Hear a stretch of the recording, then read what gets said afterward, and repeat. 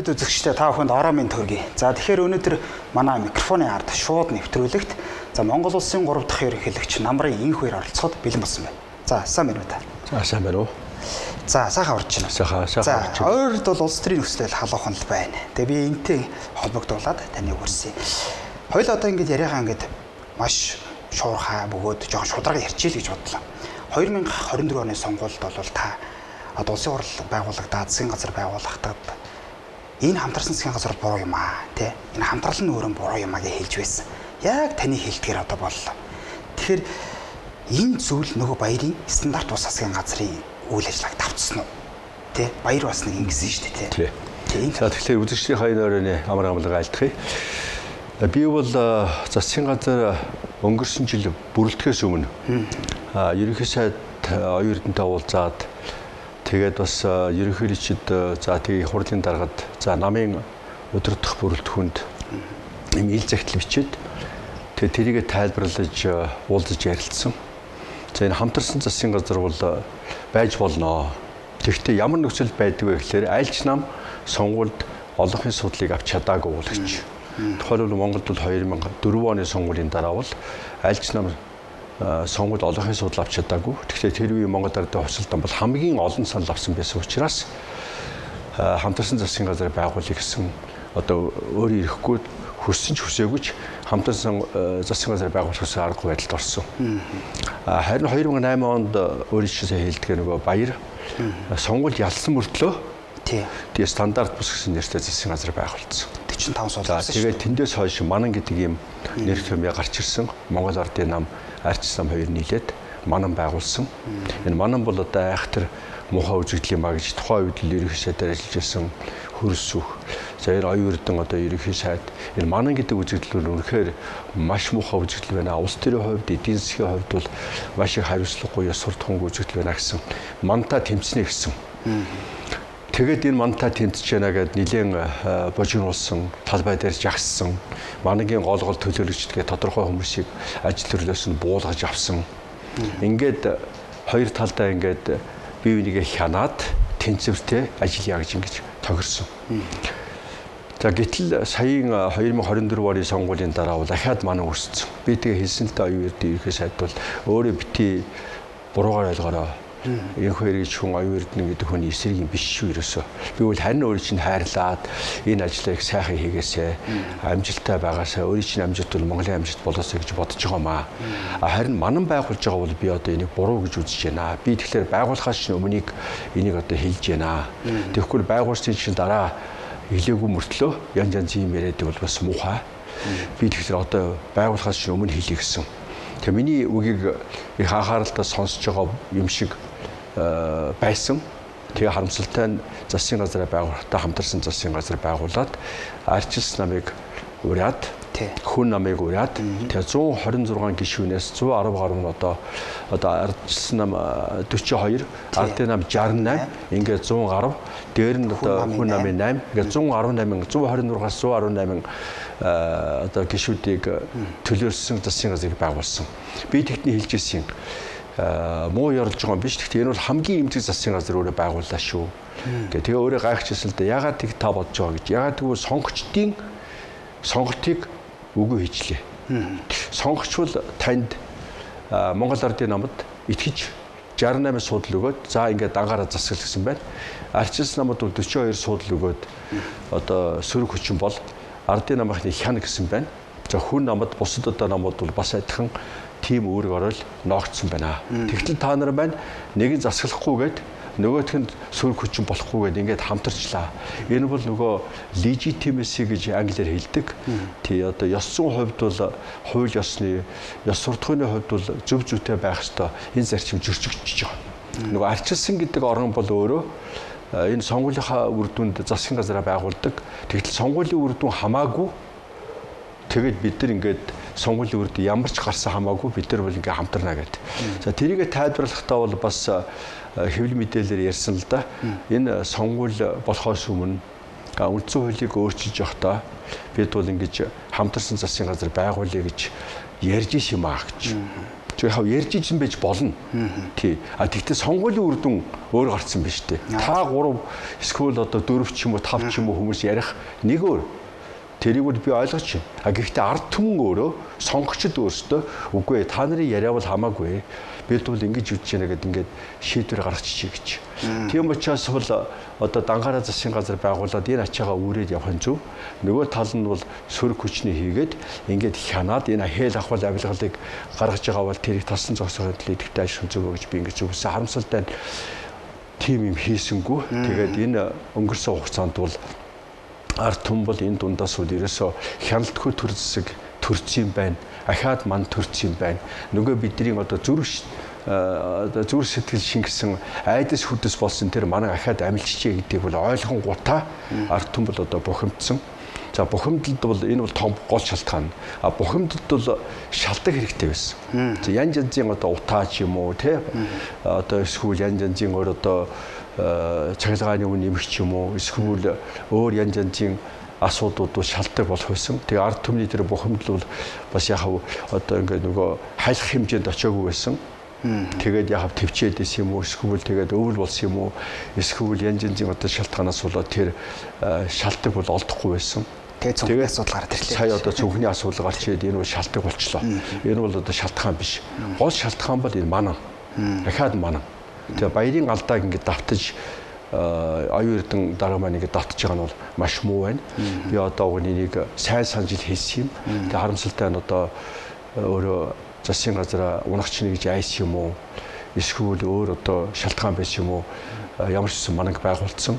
Тэгээ хамгийн эмзэг, хамгийн хэврэг, хамгийн одоо ард түмний итгэлийг авч чадахгүй засгийн газар болж хувирлаа л да харамсалтай.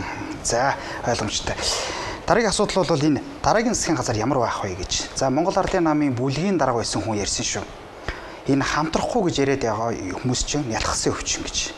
За бүр Монгол Ардын намын бүлэгт одоо байгаа хүн энэ засгийн газрын хувь заяаны асуудал биш юм аа. Энэ чинь улсын хурлын хувь заяаны асуудал цаашаа хөндөгднө. Өөрөөр хэлбэл 68 гишүүнтэй шүү дээ Монгол Ардын намын бүлэг чинь. А тэгвэл 64-ийн хувьд баталдаг тийм үү? За нэг 4 өвчтөй зовлонтой яасан ийсэн гээд. За ингээ ирэхгүй. За бүр хамтрахгүй бол нөгөө улсын хурал төр засгийн үйл ажиллагаа чинь доголдно. Тийм учраас одоо хамтарсан засгийн газар ахаад байгуулна арчилсан намгүйгээр гэж ярьж шээ. Энэ дэр санал нэгтгэв. Тийм. Тэгэхээр яг ерөөхдөө олон улсад байдаг жишээг л бүгдээр ярья л да. Одоо Монголын онцлог гэж бид нар ярьсаар угаад энэ ялсан мөртлөө хамтарсан засгийн газар байгуулдаг ч юм уу тий. Хүн төрөлхтний түүхэнд бол ялсан мөртлөө хамтарсан засгийн газар байгуулж байгаа ийм түүхийг үзэхэд бол одоо дайны үед дайнд ажиллаж шүү дээ. Эсвэл одоо фашизмыг ялахын тулд, фашизмыг дэлхийн дарангуулаас салахын тулд ч юм уу тиймэрхүү маягийн одоо маш ховор нөхцөлд ялсан нам нь бусад намаа ураад хамтарсан засгийн газар байгуулжсэн байна. Одоо Германы жишээ гэж ярьдаг, Израилийн жишээ гэж ярьдаг, Шинэ Зеландын жишээ гэж одоо манай оюурд ерөөсөд ярих дуртай л да. Тэрийг ингээд үзэхэд бол харамсалтай нь өөрөө үдсэн л баймаар юм. Тэгтээ одоо үздэг юм уу? Эсвэл зөвлөхүүд нь тэр лавлагагийн нөгөө ерөөсөдийн ажилт юм чи зөвлөхүүд нь муу ажиллаа тэр лавлагааг нь бэлдэж өгдөг юм уу? За Германд юу болдгоо? Айлч нам нь ялаагүй учраас засгийн газараа хамтарч байгуулдаг. Сая бол одоо Христосын арчилсан холбоо, Христосын нийгмийн холбоо гэсэн хоёр баруун үзэлтэй эгч дүү, ах дүү гэж ярьдаг тэр хоёр нам ялаад ялагч юу хав нөгөө олон хамгийн олон судал аваад социал демократууд бол тэр намаас цөөн судал авсан ч гэсэн энэ хоёр аль нь ч хамгийн олонхын судал авч чадаагүй учраас ингээ эвсчлээ шүү дээ. Тэ? За Израильд юу болсон гэхээр бол одоо Нетаньяхугийн нам нөгөө өрсөлдөгч намаас арай олон судал авсан. Гэхдээ бас сонгуульд олон болж чадаагүй. Гэхдээ хэд үнсгэр хүчтэй намуудтайгаа нийлээд засгийн газар байгуулчлаа. За Шинэ Зеландд юу болсон бэ гэхээр бас альч нам нь сонгуульд ялаагүй. Зүгээр хамгийн олон судалтаа авсан нь нөгөөтгөө ураад тэг өөрийн ирэхгүй нөгөө Монголд 2004 онд аль нь ч ялаагүй учраас хамтарсан засгийн газар байгуулсантай адилхан хамтарсан засгийн газар байгуулчлаа. Тийм учраас бол одоо нэгдээ ялсанд бол аль болохоор дангаараа засгийн газар байгуулах зарчмыг барих нь зүйтэй. Зөв нь одоо манайд яг. Тэгэхдээ яг Японы жишээ байна. Либерал арчилсан нам. Либерал арчилсан нам бол ялсан ч гэсэн өөрөө өөрийнхөө үзэл баримтлалын хувьд бол ойролцоо намтай комитет гэдэг намтай хамтран засгийн газар байгуулдаг. Тэгвэл ятгахны ардын нам маань хамтрах гэдэг бол зүүн төвийн үзэл баримталтай нам байгаа бол хамтрах нь зөв. Тэгэхгүй л арчсан бол баруун төвийн үзэл баримтлал гэж өөрийгөө сурталчилдаг. Хүн нам бол баруун төвийн үзэл баримтлал гэж өөрийгөө сурталчилдаг. За үндэсний эвсэл маань ямар үзэл баримталтай юм? Би бол баруун чиглэлийн үзэл баримталтай мөн гэж ингэж таамагладаг. Гэхдээ ногоо намын суурин дээр тэр номер 3 гэдэг тэр суудал дээр орсон юм чинь бас зүүн тал руу гач юм шиг. Тийм учраас тэрийг тодорхой одоо өөрийнхөө мөрийн хэлбэрээр нь судлаад үзэхэд бол аль нэгэн баруун чиглэлийн хөв зүүн чиглэлийн хөвд нь тодорхой бах. Тэгэхээр ардын намын нөхдүүдэд зөвлөхөд бол зүүн чиглэлийн үдэл баримталтай намтайгаа хамтраад эвсэл байгуулж болно. Гэхдээ дангаараа олон болчоод тэг хэрэг байна уу гэж би зөвлөдөө шүү дээ. 68-д итгэхгүй шүү дээ. 68 хүн бол байгаа нөхдөл тэр 68-д итгэхгүй байна гэдэг чинь тэгэл ерөөсөө энэ засаглаж чадахгүй гэдэг л юмруу орчих гээд байгаа байхгүй юу. Тэр 68-ын гишүүдэд итгэх хэрэгтэй. Тэдэрт хариуцлага өрүүлэх хэрэгтэй. Бид нар 68 болоо хуулиа баталж чадахгүй гэж 64-лээ байгаад тэгээд 33-аараа хууль батлах болцоотой байсан байтал тий улсын хурлч нөгөө олонх нь байжгаад үгүй 64-аараа хууль батлах юутай шүү дээ тий. Тэгээ шинэ нөгөө нэмэлт өөрчлөлтөөр бол 64-аараа хууль баталдаг болцсон баг. Тэгэхдээ 68 хүн байгаа юм чинь 64-аар хууль баталж таараа шүү дээ. Тийм биз дээ. Тийм учраас бол манай гишүүд бол сахилахгүй, манай гишүүд бол одоо хуралдаа оролцохгүй, манай гишүүд бол янз янзын одоо нөгөө намуудын одоо чихэр боовнд хуурдагд мурдагд гэж ерөөсөө тэгж хэлж болохгүй. Өөртөөгөө гишүүд итгэх хэрэгтэй. Хариуцлага өрүүлэх хэрэгтэй. 68-уулаа энэ улс орныг хөгжүүлэх гэсэн ард түмнээс хүссэн тэр одоо өөрийг хариуцахыг бол нэртэй төртөө үрээд тэгээд дараагийн сонгуульд очих хэрэгтэй. Тийм болцоо байхаас илүү байна. За баярлалаа. Тэгээ үзэгчтэй бас нэг зүйлийг хэлье. Манай нэвтрүүлэг шууд явж байгаа. Тэгэхээр Монгол Улсын 3 дахь ерөнхийлөгч Намбарын инхүүрээс асуух асуулт байвал за комент хэсэгт үлдээгээрэй. Бид бүхэн бас асуултыг дамжуулж хэлэх болно. За тэгээд дараагийн асуултад ойлоо орно. Энэ яг хамтрал гэж тэгж штэ. Энд дээр ч нэг чухал асуулт энэ гэж байна. Нөгөө 14 мега төсч явах юм уу? Нөгөө ухаан удаа бид нэр авч чадах юм уу? Тийм үү? Нөгөө нэг зөндөө том юмнууд ярьсан штэ. Тэр чинь чадахгүй болчих штэ одоо. Хамтрахгүй болвол гэж ярьж байгаа байхгүй. Тэгэхээр үнэхээр тэд зогсчих уу? Яг ухаан удгийн хувьд бол миний бодлоор энэ байгалийн байлгийн тухай асуудал дээр бол хүн болгоны үзэл баримтлал өөр баг. Энэ байгалийн байлгийн цаана бол их том философи байгаа. Маш том философи. ертөнцийг үзэл байгаа. За би жишээ нь одоо зүүн төв үзэл баримттай хүн бол юу гэж боддог вэ гэхээр байгалийн байлг бол дундын өмч гэж боддог. Тэгээ би ерөнхийж байж байхдаа их хурлын гишүүд, засгийн газруудын гишүүдтэй хамтраад Аляска, Америкийн нэгдсэн улсад Аляска гэдэг мужид очсон. Америкийн нэгдсэн улсууд одоо байгалийн байлгийг бол зөвхөн хувийн өмч гэж үздэг гэж ингэж ойлгодог юм байлээ. Үгүй тийм биш. Жишээл Аляска мужид бол муж өөр. За Аляска мужид бол юу гэж үздэг вэ гэхээр энэ бол одоо дундын өмч. Яг одоо ямар нэгэн компани ингээд олборлож болно. Тэр онцгой эрхийг өгнө. Гэхдээ эндээс сан байгуулна. Одоо баялагын сантай адилхан сан байгуулна. Тэр сан бол дундын өмч. Энэ сан бол Аляска мужийн иргэдийн 3 сая иргэдийн одоо дундын өмч. Тийм учраас энийг эдийн засгийн хэрэглэлтэнд оруулна. Тэгээд аривжуулна. Тэгэхдээ жил болгон ногдлоо шөөгнө гэж. Зарим жилдээ сайн ажиллавал $1000 өгдөг байгаа. Зарим жилдээ одоо муу ажиллавал $300, $200 өгсөн иргэн болгондоо шүү дээ. Өгсөн байгаа юм. Тийм учраас одоо тэндээс мөнгө өгчөө нэгдэд бол их одоо мөнгө тараалаа, халамжийн боллоо, ямар муухай юм пупа гэж хэрэггүй. Чөтгөрийн тойрог явна гэдэг шүү дээ. Одоо тэр битгээл үгүй basic income гэж одоо ойлголт одоо Финланд улсад хэрэгжиж байна те. Канада улсад хэрэгжиж байна. Тэр нь суур орлого гэж. За тэр нь юу вэ гэхээр бол ингээд иймэрхүү байгалийн баялагын битийн дундын гэж хэлж болохоор баялгаасаа тодорхой хоримтлыг бий болгочоод тэгээд тэр ядуу зүдүү хүмүүстэй бол тодорхой мөнгө өгдөг. Тэгэхээр одоо засгийн газар өмнөөс нь мэдэж за чи чамд энэ л хэрэгтэй маа гэж одоо ямар нэг юм өгөхийг бол тэр Финланд ч юм уу эсвэл Канадад бол үгүй энэ буруу юм байна. Нөгөө хуучин дарангуулын тогтолцоотой адилхан халамжийн. Тий. Одоо жинхэнэ халамжийн тэр байна гэж. Зүгээр мөнгөний өөрт нь өгч. Тэгээ тэр хүндээ итэг. Тэр иргэн өөрөө тэрийгээр архиа авч уун уу? Эсвэл хүүхдийнхээ сургуулийн зардлыг төлнө. Тэр бол тухайн иргэний өөрийнх нь одоо эрхчлөө. Тэгэхгүй бол урдаас нь одоо юу өмнөөс нь мэдээ за би чамд бутлын мөнгө өгье, эсвэл одоо юу гэдгийг цүнх өгье, эсвэл одоо тим юм өгье гэд ингээд өмнөөс нь юу авахыг ингээд заагаад эсвэл энэ мөнгө өгчих юм бол арихууж таарна гэж бодоод хэрэггүй. Монгол төртөл Швейцарын агентлаг гэж байдаг шүү дээ. Тэр бол одоо 2000 оны ихээр завхны малчтад нөгөө зуудтай хүн хэцүү өвлөг давсан малчтад бас яг basic income-тай адилхан, суур орлоготой адилхан бэлэн мөнгө тараасан шүү дээ. Тэр үед бид нар бас эсэргүүцэл байсан. Ингэж бэлэн мөнгө тараах зөв үү, буруу юу гэж. Тэгээд тэр Швейцарийн хэлжсэн үгүй энэ хоёр ерөнхий сайдаа би тэгэхэд ерөнхий сайд байсан. Та нар одоо ингээд Монголын улс төрчид ингээд бэлэн мөнгө тарааж болохгүй гэл ард түмнээс санаа зовоод их юм аа. Энэ хүндийн итгэлтэй чи хүндний хэдэн төр өглөө тэр хүн юугаа авна уу? Тэр хүн өөрөө л мэдгэлтэй. Архиа уун уу? Эсвэл одоо өөр гэртээ юм авах нь бид нар бол хүндийн итгэдэг Швейцарт. Тийм учраас тэр хүнд ингээд бэлэн мөнгө өглөө гэж тэр хүн гэртээ л хэрэгтэй юм авдаг. Мэдээж ганц хоёр арих хүн гарна.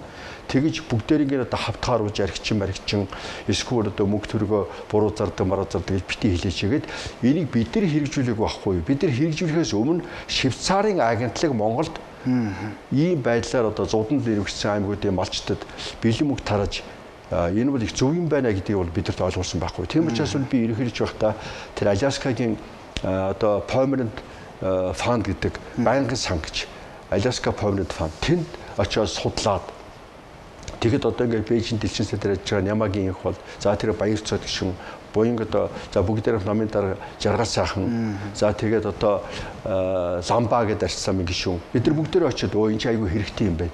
Нэрий тийм юм байна. Ингэж нөгөө дундын сантаа болж вэж эндээсээ эдийн засгийн хэрэгэлтэнд оруулаад тэгээд одоо яванда ямар нэгэн одоо тэтгэврийн асуудал, эсвэл хөрөнгө оруулалтын асуудал, эсвэл одоо ямар нэгэн нийгмийн хамгааллын асуудлыг шийдэхэд бол энэ сан бол бэлэн байж ах хэрэгтэй юм байна. Гэхдээ аривчж ах хэрэгтэй юм байна. Энэний удирдлагыг хувийн компанид өгч болно. Тодорхой одоо гэрээ байгуулад чи энэ мөнгийг аривжуулах юм бол 10% чамд 90% нь санд буцаад ч гэх юм уу. Ингэж хийгээд тэгээд тодорхой одоо ашигтай байхын тодорхой хувийн 30% ч юм уу тий. Иргэдээ одоо бэлэн мөнгө болгоод тарааж тэр Швейцарын агентлагийн дагуу тэгж ажиллаж болох юм байна. Ингэж ч одоо нөгөө 21 дугаар зуунд хүн өөрөө мөнгө хүртэл өөрөө зардаг. Энийг өөрөө мэддэг. Тэгээд дундын баялаг гэдэг ойлголтыг бий болгодог. Тэр нийгэм өөрөө тэр дундын баялаг гэдгээр цавуушин гэж наалдаг юм байна л да. Тэгэхгүй авчиад чи өмчтэй чи өмчгүй. Баян ядуу. Тэгэхээр нийгэм хагардаг юм байна. Тэгэхээр нийгмийн одоо дундаж давхархыг бий болгоход бол энэ байгалийн баялагын сая хэрэгтэй юм байна. Норвегид ягаад ингэж цаахан нийгмийн ийм найртай байна. Ягаад бол дундад давхар их хүчтэй байна. Дундад давхар төлөвшсөн байна. Монголд бол тэгж чадахгүй. Монголд бол хит баячууд байна, хит ядуучууд байна. Дундад давхарыг төлөвшүүлэхийн тулд бол одоо гол арга бол байгалийн баялагын одоо байгалийн баялагын дундын өмч гэж үзэх одоо миний философи тийм байхаар шүү дээ. Тэгээд эндээсээ баялагын сан бий болгоод энийг одоо ард түмнийхэн тэр боловсрол, эрүүл мэндийн зардал, орон сууцны асуудал за тэгээд одоо татварыг чөлөөлөх асуудал бол яах хэрэгтэй. Татварыг тэгээд хоёр дахь асуудал татварыг чөлөөлж аль болохоор дундад давхаргад бий болохын тулд дундад давхрыг төлөвлөхийн тулд бол татвар аль болохоор багасгах хэрэгтэй. Хэд баячудаас бол харьцангуй өндөр татвар авдаг. Бүр ядуу хүмүүсээс бол татвар ерөөсөө авдаггүй. Эсвэл одоо бэлэгдлийн хэмжээний татвар авдаг. Ийм тодорхой одоо зохицуулттай байж ич энэ шатлалтай татвар гэдэг шүү дээ. Ингэж явбал одоо тодорхой хугацаанд бол дундаж давхар бий болох. Тэр дундад давхар бол илүү хариуцлагатай давхар байдаг. Яг бол тэр чинь боловсролтой давхар гэсэн үг, өмчтэй давхар гэсэн үг. Тэгээд сонголттой өгтөө бас хэн энэ улс орны хөдөлгөөнд ажиллаж чадж ийнэ гэдгийг мэддэг. Зүгээр сонгуульд орж байгаа хүмүүс мөнгө тараахад бол тэр нь туурддаг. Тийм одоо тэгээ үзэл баримтлалыг хардаг, мөрийн хөтөлбөрийг уншдаг тийм одоо сонгогчтой болох юм шүү. За инхээр дарга. Тэгэхээр хоёулаа нэг жоохон сунжираад байна. Одоо хоёулаа зүгээр нэг товчхон.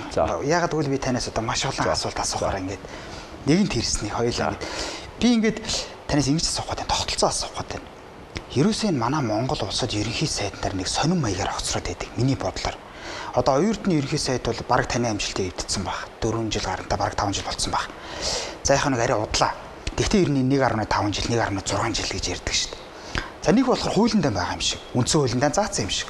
Нөгөө талаар одоо сая Монгол Ардын намын 6 дугаар баг хурал шиг нэг нам шийдээд байгаа юм шиг. Нэг бол бүр ёсцон хариуцлага хүлээгээд жирэмсээ хийхэд тавчгтаа гаргасан ч гэж харах тий. Ингээд нэг ерөнхий сайд нар хоцрох нэг сонио хоцроод байдаг. энэ зүүн нэр нь яах вэ? Ер нь ямар тогтолцоо байж ижээ ерөнхий сайд хүн гэдэг нэг юм. Тэг яг энэ дээр би бол мэдээж хэрэг хоёр талтай асуудал. Тэгээ миний хувьд бол одоо засгийн газар огт сурах, шинээр байгуулах асуудал бол арчилсан оронд бол нэг айхтар одоо эмзэглээд гайхаад асуудал биш ч одоо Италийн загварыг харъя л да 45 оноос хойш Итали одоо 2000 хүртэл бол учиргүй олон засгийн газар солисон. Тэсэн мөртлөө Италийн эдийн засаг сайн хөгжсөн. Италийн эдийн засаг өөрөө хөгжөхдөө загвараа зөв сонгосон. Маш чанартай нэмэн өртөө шингэсэн бүтээгдэхүүн хийдэг улс орн болно гэх тэрийг их сайн амжилттай хийсэн. Одоо Италийн Ferrari машин бол $400,000. Солонгосын Kia машин $20,000 орчээд тий. Тэгэхээр Италийн нэг машин солонгосын машинаас 20 дахин илүү үнэтэй байна шүү дээ.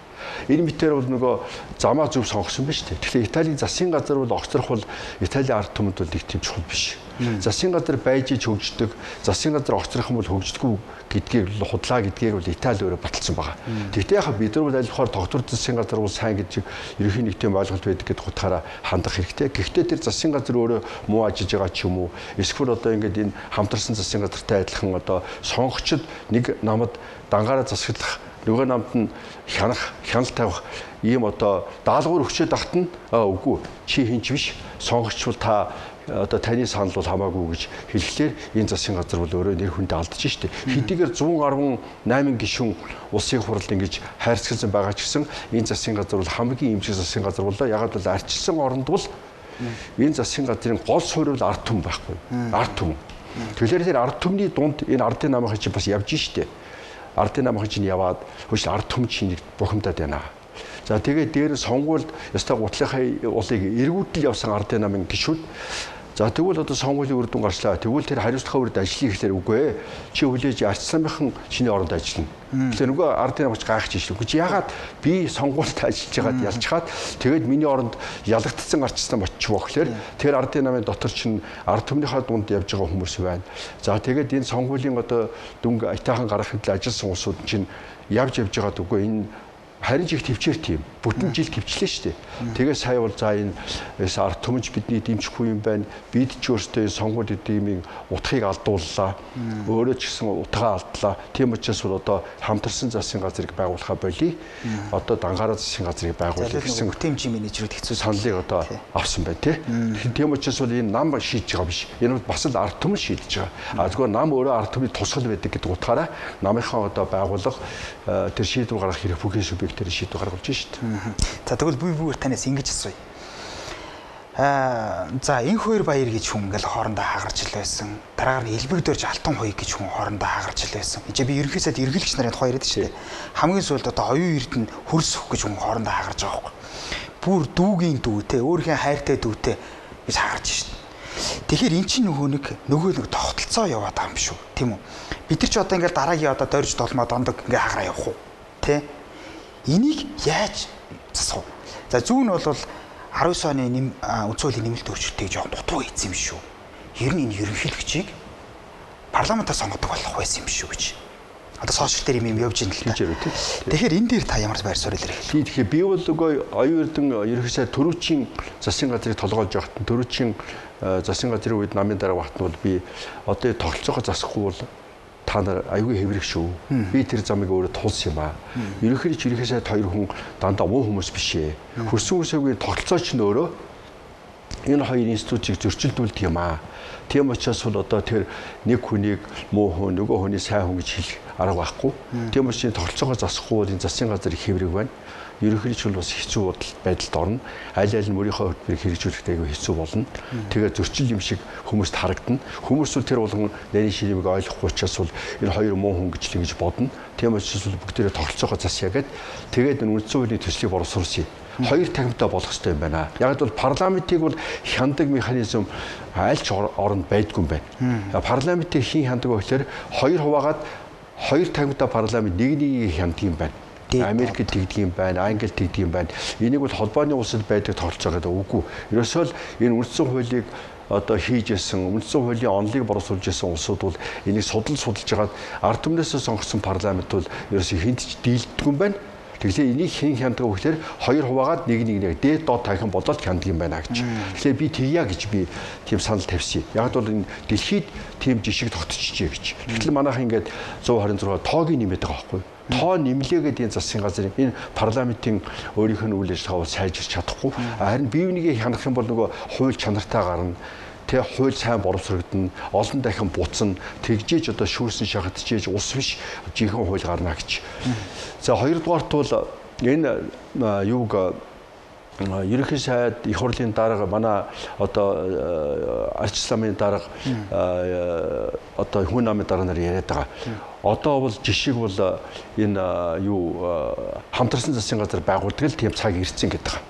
Тэрийг нодлонгүй эдийн засгийн форум дээр Америкийн нэгдсэн улсын Quest гэж их алдартай CNN-ийн сурвалжлагч ирж байгаад модератор хийгээд ерөнхий сайд ганц төмөр дарга, дөржин дарга гурвыг суулгаж байгаа тайзан дээр асуусан шүү дээ. Танай засгийн газар ямар зарчмаар байгуулж байгаа юм бэ гэсэн. Манай гурав бол одоо ингээд хамтарсан засгийн газар байгуулж байгаамаа. Ингээд сонгуульд хэн ялсан гэсэн ардын намын ялсаа гэдэг. Тэгэхэд ардын намын ялсан бол та ягаад засгийн газар дангаараа байгуулад арчисламын ганц төмөр дарга, дөржин дарга та нар ягаад ингээд хяналтаа тавиад сөрөг хүчин болж ажиллаагүй юм бэ гэж. Бид нар том зорилтыг биелүүлэхийн тулд бол ингэж байгаа юм. Тэгээд тэр Quest гэж хүн асуусан шүү дээ. За би өөртөө ойлгохгүй юм байна. Улс төрийн шинжлэх ухаанд онлоороо бол тий засгийн эрх барьдаг сөрөг гэсэн оёр бижижил энэ тэнцвэртэй байдал хангагддаг юм а гэж.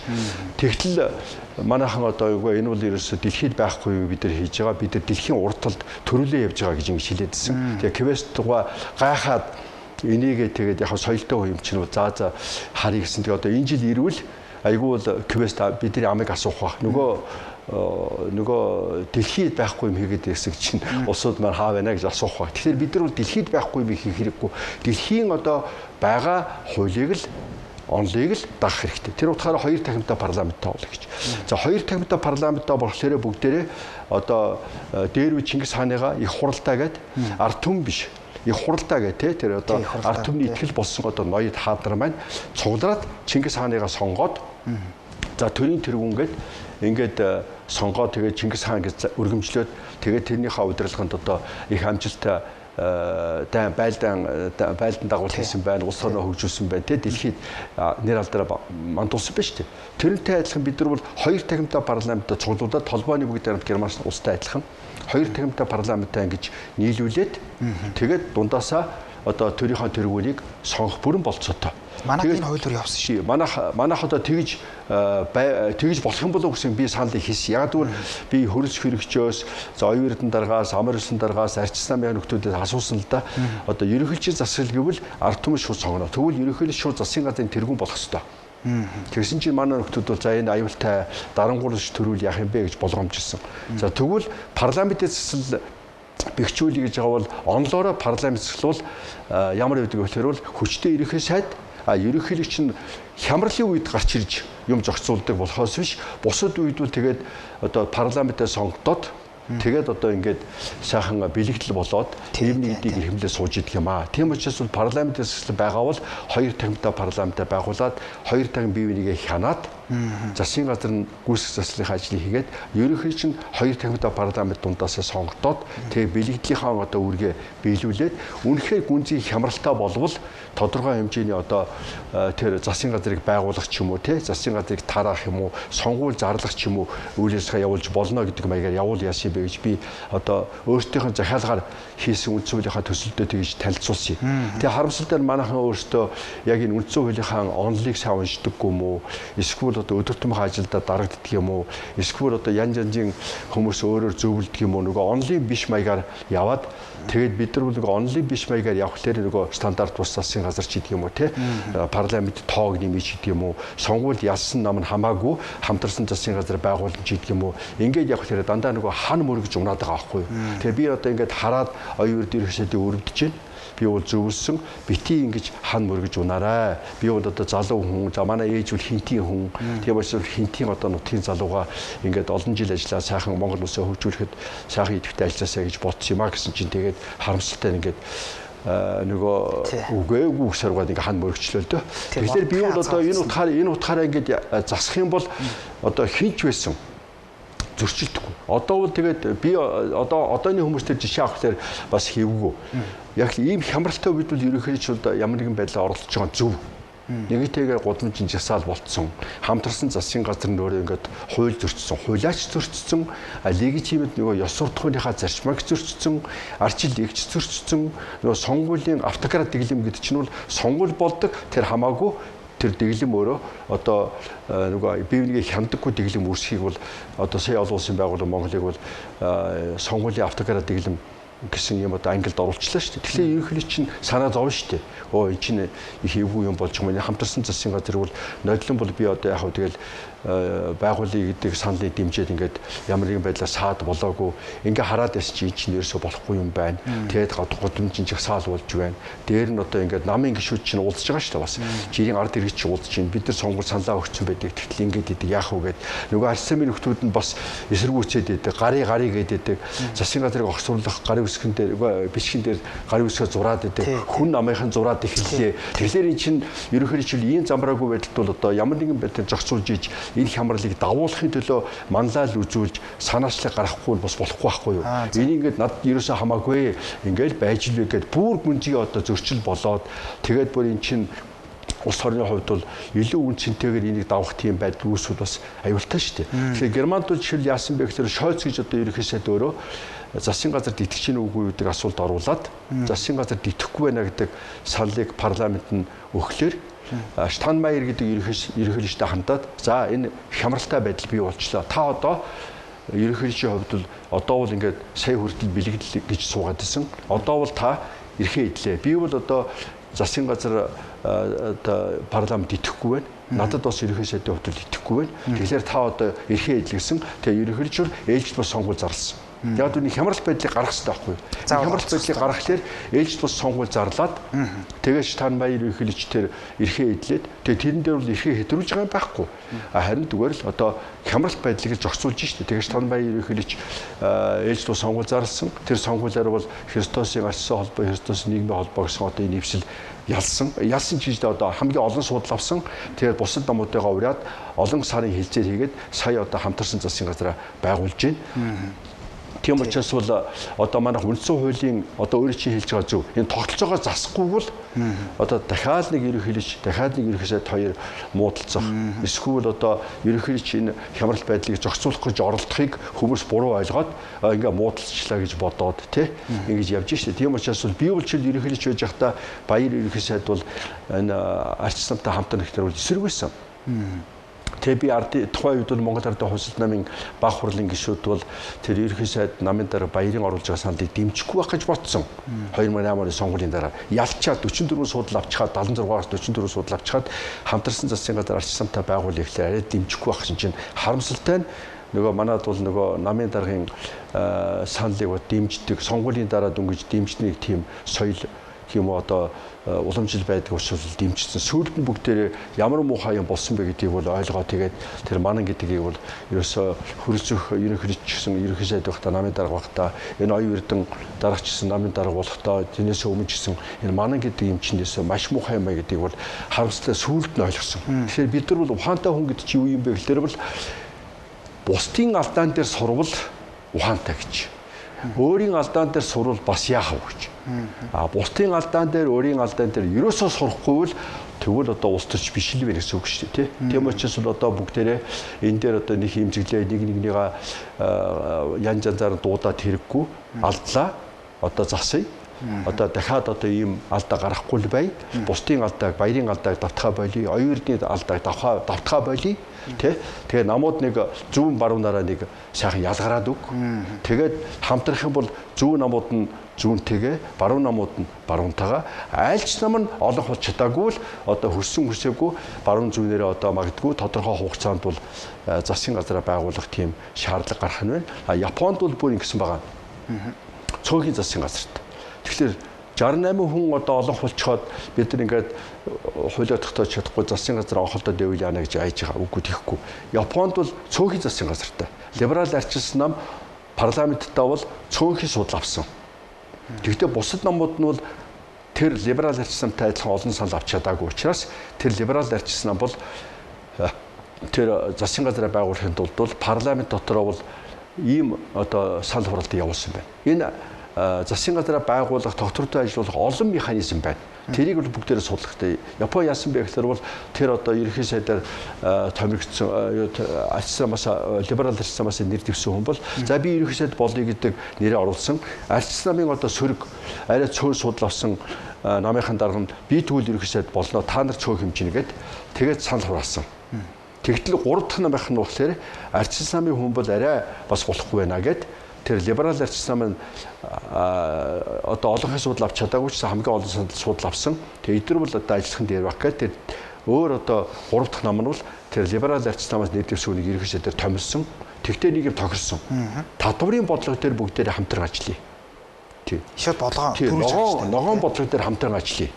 Түүнээс танай засгийн газарт орохгүй. Тэгж шараа болохгүй. Тэгж шившгээ тарихгүй. Та нарт хяналт тавина. Тэгтээ татварын бодлого, ногоон бодлогыг чинь дэмжиж байгаа учраас бид нар хамтран ажиллая. Тэр утгаараа өнөөдөр арчилсан гаргаж байгаа мэдээллийг би бас нэг талаас нь яг ихний хоёр заалтнууд жоохон гомдлсон тийм заалт байлээ. Тэр бол нэг тийм яг дараагүй гомдсон байх л да. Тэгээ тэрийгээ тэгж байгаа нэг учир нь олдох баг. Харин 3 дахь заалтных ухаалаг заалт байлээ. Энэ зөв зүйтэй эхлүүлсэн ажлаа үргэлжлүүлнэ шүү гэж заасан байл. Тий, зөв зүйтэй асуудал байвал үргэлжлүүлэх хэрэгтэй шүү дээ, тий. Эсвэл одоо хэл ахуул, эсвэл одоо хариуцлагагүй тогтолцоо, эсвэл одоо ямар нэгэн улс төрсөн байдлаар ажиллаж алдаа турлал гарсан бол тэрийгээ засаад, тий. Тэгээд нэг одоо олонхын судал авсан нь бол тэгээ олонхын судал авсан шигээ засаглаад нөгөөх нь хяналтаа тавьсан шиг тавиад сайн юм өргөжлүүлээд явах хэрэгтэй. Тий. Яг үнэ сайн юм өргөжлүүлээд явах хэрэгтэй. Гэхдээ сайн юм өргөжлүүлэх гэхээр бас болохгүй байна. Жишээ нь Монгол Ардын намын саяны 6 дугаар баг хурлын шийдвэрийг та юу гэж харав? Зөвхөн одоо сая 3 дахь хурлцсан. Би хань хэлж дээ тэгээ 6 дугаар намын баг хурлын шийдвэр бол ард түмний нөгөө сонголтыг хүндэтгсэн. Энэ бол зөв. Зөв. Зөв шийдвэр. Ард түмний сонголтыг хүндэтгсэн. Яг тэрэн дотор нэг буруу найруулга үгүй нэлээ. Би яг нөгөө намын дарга хийжсэн энэ бичих цаасны нөгөө цэг таслыг бол их сайн судалдаг, их сайн үздэг. Нөгөө баг хар багасаа бид нар чинь нэг тийм одоо дарга нар ах нараараа загнуусаар угаад ажил дээр хонсоор угаад нөгөө бичих цаас айгүй сайн боромжлуулаад сурцсан байхгүй юу. Тэгээ сонгодог парламентын зарчим нийцүүл гэсэн байлээ. Тэгээ хамтарсан засгийн газар байгаас үгүй. Сонгодог парламентын зарчим нийцүүлсэн бол олох судал авсан дангаараа засгийн газар байх бол. Тэгээ сонгодог парламентын зарчим биш. Тэр бол нөгөө баярын хэлдгээр стандарт бус. Тий, стандарт бус. Тэгэхээр стандарт бус гэж бичгийн оронд сонгодог парламентын зарчим гэдээ буруу бичсэн байлээ. Тэрийг одоо яхав нөгөө ерөнхий сайдыгаа бас гомдоохгүй гэсэн үү, намын даргаагаа гомдоохгүй гэсэн үү. Тэгтээ яг хамтарсан засгийн газараа болиё гэдэг шийдвэр гаргах нь гол. Тэрэн дотор яг нэг сонгодог парламент гэж бас нэг хэлий тэгээ нэг арчлаа манайхаа гомдоолгүй, хүн намыгаа гомдоолгүй бас нэг айтаахан аргалыг гэж ботсон баг. Тэгтээ юм тэгж одоо буруу бичиж хэрэггүй. Стандарт бус засгийн газар гэж бичих хэрэгтэй байсан. Харин яг тэр шийдвэр нь нөгөө ардын намын нөхдөө чинь яг ингээд бүх сум баг одоо Монгол даяар ингээд өөрийн сүлжээтэй юм чинь ажиллаж байгаа ш. Тэнд чинь нөгөө сонгогч чинь ардын намыг барьж идэх гэж байгаа ш. Тэнд чинь та нар цаанал өгчөөд байгаа та нар хайчсан байх. Тэгээ нөгөө сонгуульд явсан нөгөө нэг нөхдүүд нь үгүй эн чинь би сонгуульд явсаа. Одоо би тэр мөрийн хөлбөрөө хэрэгжүүлэх бүх шатанд хэрэгжүүл би оролцож явахлаар үгүй чи цаанаа байж чамд ялагдсан арчламын хүн одоо ажиллана гэхлээр нөгөө хүн чинь гайхаад одоо Улаанбаатар хотод жишээлбэл Нямбатар дарга бол ерөнхий сайдаас асууж ирсэн орон нутгийн сонгуулийн өмнө ерөнхий сайдаа ингээд хамтарчлаа. Гэхдээ одоо эн чинь яах юм бэ? Орон нутгийн сонгуул явах юм уу үгүй юм? Эн чинь юу болоод байна? Бид нар тэгээд өрсөлдөж болж гэнэ үгүй бүр гайхацсан байсан. Тэгээ одоо яаж чадахгүй яг сонгуул болсон ардын нам ялсан. Тэгвэл яаж чадахгүй нөгөө ерөнхий сайд нь өөрөө тийм бодлого гаргасан. Тэгээд тийм хамтарсан засгийн газар байгуулсан учраас хүн нам Улаанбаатар хотод иргэдийн төлөөлөлтөй хуралд нэгт судал аваагүй хаад хүн намын хүн зас дээр орлож болчих. Тийм шүү дээ. Тэгэхээр энэ чинь нөгөө нэг юу вэ гэхээр нөгөө сонгодог парламентын засал зарчим биш байхгүй. Тэ? Нэгт судал тэр одоо орон нутгийн сонгуулиар Улаанбаатар хотод аваагүй хүн намын хүн засал дээр орлож болцсон байна шүү дээ. Энэ чинь өөрөө нөгөө стандарт бус. За жоохон хадуу хэлбэр гаж буруу юм болчиход байгаа байхгүй. Тийм учраас одоо бид нар улс төрчд маань ч гэсэн энэ үндсэн хуулиас сайн судлаасаа тий энэ улс төрийн боловсролоо дээшлүүлээсэ. Бидний одоо туршлагаас бас сураасаа, бидний алдаанаас сураасаа, бидний ононоос бас одоо цаашаа өргөжлүүлээсэ. За ард түмэн маань бас одоо талцлгүй энэ улс төрийн боловсролоо дээшлүүлээсэ. Сонгуульд идэвхтэй оролцоосоо эргээд засгийн ирэх барих намаасаа чи засгийн ирэхээ барьсан шиг барь гэж шаарддаг байгаасаа. Нөгөө арчилсан намыг бол чи бити тийшээ давхиж ороод чамааг уриалж үзтээ яад хоёрдон ерөөсөө айгаад ч юм уу эсвэл ямар нэгэн шалтгаанаар тэнцэр юу тогтворгүй засгийн газар байгуул гэж бодож чамааг уриалж шийддээ бити оролдоо гэж хэлдэг байгаа шээ. Тэгэхгүй ганц төмөр дараа яваад орчлоо шүү дээ. Одоо тэгээ ганц төмөр дараа өөрийг сони яриад байгаа байхгүй юу? Би оюун эрдэнэд итгэсэн одоо итгэхгүй гэж.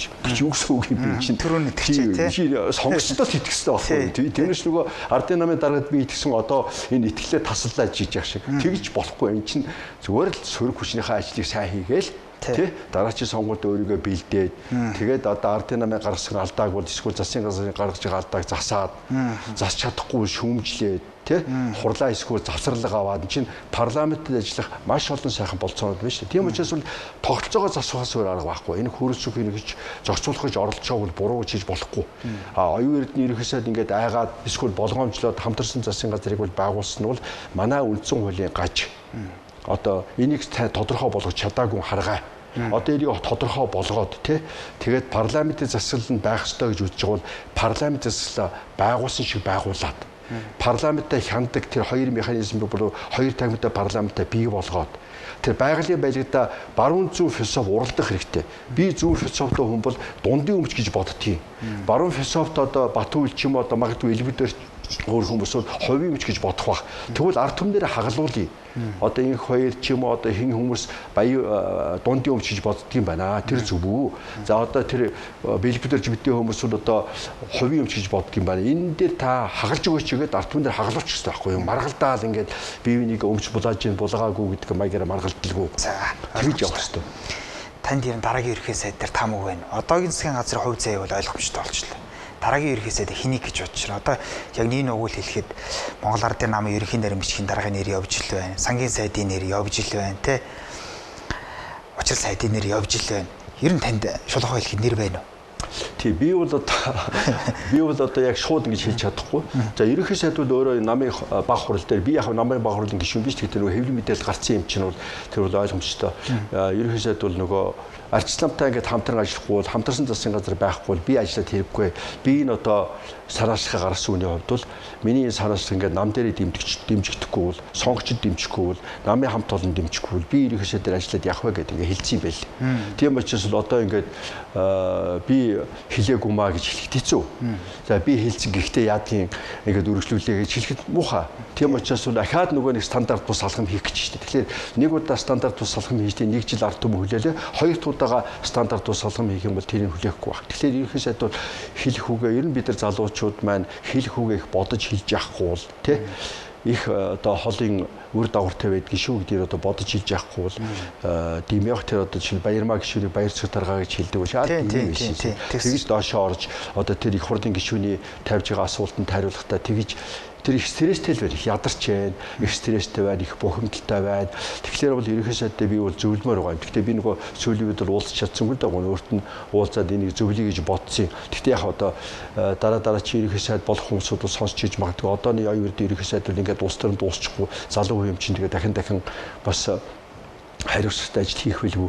Тэгвэл ерөөсөө стрессээ дарж сурах хэрэгтэй. Стрессээ дарахгүй ингээд бухимдаа дуурлаа тэгээд ингээд хүмүүсийг янз янзын одоо байдлаар ингэж хилээ тэгээд тэрэндээ сүлд нь уучлах уугаад тэгээд явах тэр бол эргээд нөгөө өөрийнх нь нөгөө тэр шалтгаан олдгол юм бол унах тийм нөхцөлөө өөрөө хангаад байгаа байхгүй юу. Тийм учраас бол тэгээд зөвлөөр байгаа юм. Одоо ингээд Содбаатар дарга, Зандан Шидар дарга, тий Учрал сайд, Жавхлан сайд, за Ж2, за Тэмүүлэн эдэргээд ийм одоо нэрүүд гарч ирвшөөч нэрүүд байж магадгүй. Хин хийж чадна. Тийм одоо мэдлэг боловсрол ч юм уу, эсвэл одоо туршлага байгаа. Тэгвэл би бол энийг намаараа сайхан шийдээсэ. Намаараа шийдэхдээ бол болж игэл. Тэгтээ яг миний санал бол жоохон хүнд процедур гэж магадгүй. Тэгтээ яг нөгөө легитимит шин чанарыг л бий болохын талаас олж болов гэж бодохыг. Нам дээрээ сайхан хэд хэдэн хүн нэр дэвшээд намынхаа баг хурлаараа сайхан хэлэлцээд хүн хүнийх нь одоо мөрийн хөтөлбөрийг хэлэлцээд санаа бодлыг сонсоод тэгээд тал талаас нь бодож жагаад за манай нам дээр бол энэ одоо хүн ерөнхий сайд болно гэдэг. Тэгэхгүй шууд нэг хүний гараж ирээд ингээд тавьчлаар нөгөө хүн одоо ард түмэн гэх юм уу намын хамт олон бол одоо хилцүүлсэнгүү ингэж ярьсангүй гэцэргээр. Тэгэхээр одоо ард түмний дунд цумгаа хийхэд бол ингээд ийм цаг хугацаа шаардсан эдийн засгийн байдал ийм хүнд хэцүү те гадаад орчин юм хэцүү байхад бол нэлээд цаг хийсэн хэцүү бах. Нам дээр нэг одоо 1-2 юм хоног хуралдаад сунгаа хийчихэд бол нэх илүүдэг. Яг либерал арчилсан нам чинь ягаад 60 гаруй жил ингээд Японы нөгөө дотоод арчилсан сайтай. Тий, нөгөө Японы толгойн болоод яваад чадчих юм. Тэгэхээр бол энэ либерал арчилсан байхад чинь бол их ухаантай биш үү? Энэ нөгөө намын нэр дэвших болох гэж байгаа хүмүүсийг нам дотор чөлөөтөө нэр дэвших болцоог нөгдөг. Тэгэнгүүт нөгөөд бол ингээ нэр дэвшдэг. Тэгээд нэг 2 хоног ч юм уу 3 хоног тэрийг ярьж агаад тэгээд яадаг. Тэр хооронд ард түмжсэн тэр хүмүүсийн яхан таниад авдаг. Хин юу хэлснээр нь ямар мөрийн хөтөлбөрөөр нь эсвэл одоо ямар хүмүүст нь дэмжиж байгаа гэдгээр нь тэр ард түмэн одоо яах нь вэ штэ. Ерөнхийдөө ойлголт авах нь намын гишүүд нь бүр сайн ойлголт авах нь байна. Тэгээд тэр намын дарга болсон нөхөртөө бүр их сайхан ихтгэлтэй хандаж дэмжсэн шиг дэмждэг тийм уур амьсгал бүрдэх нь байна. Нөгөө легитимит шин чанар чинь бий болох нь байна. Тэгвэл одоо их зүгээр болов уу гэж ингэ зөвлөх юм. Тэгвэл яг одоо намын дөрмөд арай өөрөө заацсан. За эсвэл хугацаатай бид цаг хугацаатай уралдаж байна. За Австрийн ерөнхийдөө ирэх гэж байна. Ингээд янз янзын одоо шалтгаанууд байвал тэгээд асуудлаа хурдан шийдэхийг бол би үүсэхгүй. Гэхдээ тэгж шийдвэл магадгүй одоо илүү урт наслах, илүү одоо ард түмний дунд нэр хүндтэй засгийн газар ерөнхийдөө бий болж төрж магадгүй гэж бодож байгаа юм. Нөгөө цаашдаа ажиллах хугацааг сунхахын тулд хэлээд байгаа шүү. Түүнээс зүгээр яхав нэг формалын ерөнхийдөө төрүүлэхийн тулд гэх юм бол одоо ингэ шийдсэн ч болно. Зүгээр ингэ цаашдаа хэр зэрэг удаан засгийн газар ажиллах уу? Хэр зэрэг удаан ард түмнийхээ итгэлийг авах уу? Намынхаа гишүүдийн итгэлийг авах уу гэдэг дээр бодож байгаа бол тэгвэл нэг иймэрхүү маягаар либерал арчилсан намыг манай ардын намын нөхдүүд минь их судлах дуртай, их ярих дуртай, үлгэрчээ болгож ярих дуртай. Тийм учраас тэр либерал арчилсан намын тэр ухаалагч юм уу, тэр одоо өөрмөц нээлттэй тэр зарчмыг бас нэг хэрэглээд үзүүл яасан бэ гэж би зөвлөж байгаа. За. Түүнээс аль нь хийж чадна. За. Тэгвэл би танаас бүр үзэл санаа асуумаар байна. Энэ залуучууд сүүлийн үед үзэл санааг болчихжээ. Ардын намынч вэ, арчилсан намынч вэ? Миний дарга ямар сайхан копи уух уу гэж яваад байна. Тэрнээс биш би баруун уу, би зөв нь мөн үү, ерөөсөн тэдэрт ямар ч хамаагүй болчихж. Бүр за хүн байлаа биш байлаа гэх бүр нам нь өөр. Хүн нам нэг өдөр зүүн төвийн үзлээс баруун төвийн үзэл болж ах шээ тэ. Нөгөө нэг зүүнний үзэлтэйгээ бид нар ярих туфта Ганбаатар гişүү маань арчилсан намд орцсон. Баруун төвийн нам шүү дээ. Баруун төвийн намд орцсон. Би ерөнхийлөгчтэй биш нэ. Би 20 жил бэлтгэгдсэн хүн гээ явж идэг. Гэтэл тэр намын одоо тэр үзэл санаандаа өнөж та түр хэллээ шүү дээ. Үзэл санаандаа өнөж хүмүүс байгаа. Тэдрүүл яагаад ч твшгүй. Гэхдээ нэг ийм яваад байна. Үзэл санаа гэж юм ерөөсөй байх юм болчих. Энд дэр та санал нэгдэх.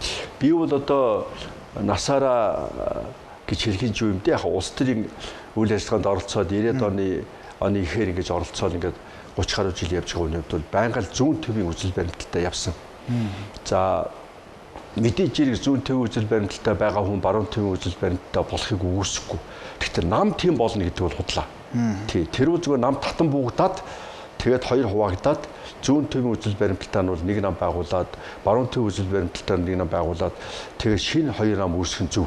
Тэгэхгүй л өнөөдөр зүүн төвийн үзэл баримталтай байжгаад тэгээд нэг хоногийн дотор маргааш босоход баруун төвийн үзэл баримталтай болно гэдэг. Энэ бол зүгээр одоо нам болж төлөвшөөгүй зүгээр нам бол тоглож байгаа юм одоо тоглоом гэсэн. За ардын намад бас нэг оролдог байсан. Нэг үндэсний арчилсан үзэл гэдэг чинь бол яг нэг улс төрийнхөө онлоороо бол баруун төвийн үзэл баримтал Австралийн одоо үндэсний арчилсан намын үзэл баримтал байна тийм нам байна тийм үзэл баримтал нам тэр бол одоо ерөнхийдөө улс төрийн ангиллаараа бол баруун төвийн үзэл баримтал байдаг гэж. Тэгээ ардын намын нөхдүүд байна Германы социал-демократ намтай сайн харилцаатай Фридрих Эберт-цангийнхантай сайхан харилцаатай учраас тэр одоо социал-демократ намын Германы Мейер гэсэн их том онолч судлаач бий. Зүүн төв үзэл баримтлалыг одоо судалдаг хүн. Тэр хүн азуулж харин Бээжинд ирэхтэн ардын намын нөхдүүд маань очиод уулзсан байгаа. За бид одоо ингээд социал-демократ зүүн төвийн арчилсан социалист нийгмийн арчилсан одоо энэ үзлээ арчилсан үндэсний арчилсан үзэл болгож одоо баруун төв үзэл баримтал болох гэж байна. Тэгвэл социал-демократ намтайгаа Германы социал-демократ намтайгаа хамтран ажилламаар байна. Тэгээд одоо сайхан хамтан ажиллагаа үргэлжлүүлье. Фридрих Эбертийн сантайгаа хамтран ажилламаар байна гэж хэлсэн. Тэгэхэд бол тэр Молер Эрдэнэ гэж одоо энэ философч хүн орчуулагчээр явсан.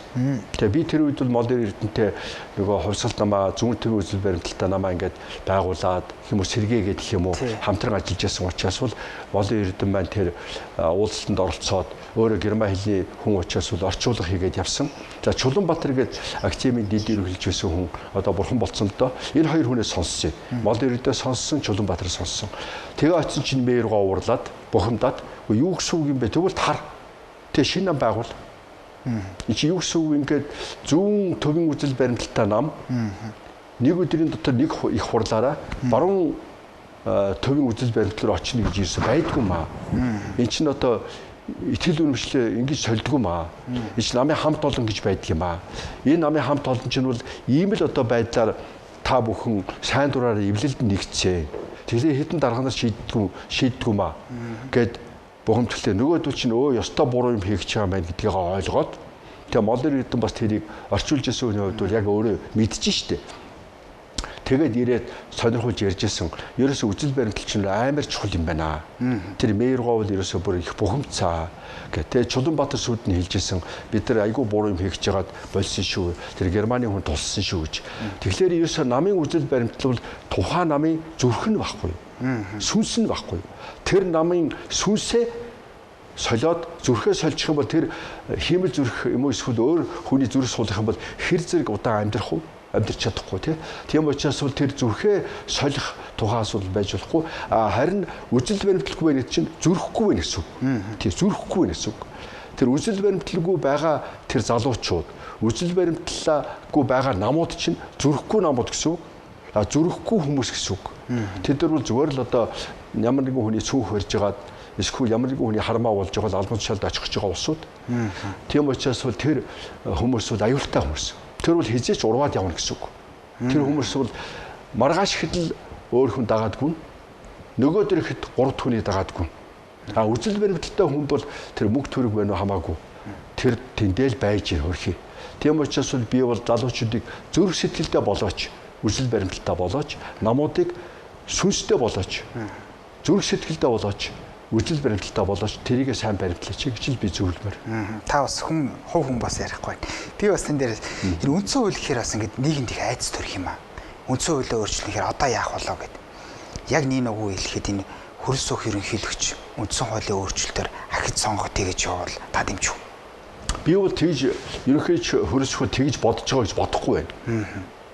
Одоо ингээд 6 жил болчлоо. Тэгээд ягаад чим тэр одоо Арчс намын зарим хүмүүс тэг хардаж тэгж хилээд байлээ. Тэмүүжин гишүүн жишээлбэл одоо шууд хөрсөг гэж хүний нэр хэлэхгүй. За Ганбаатар гишүүн бол нэрийг хэлж инлээ. За тэгж байгаа гэж.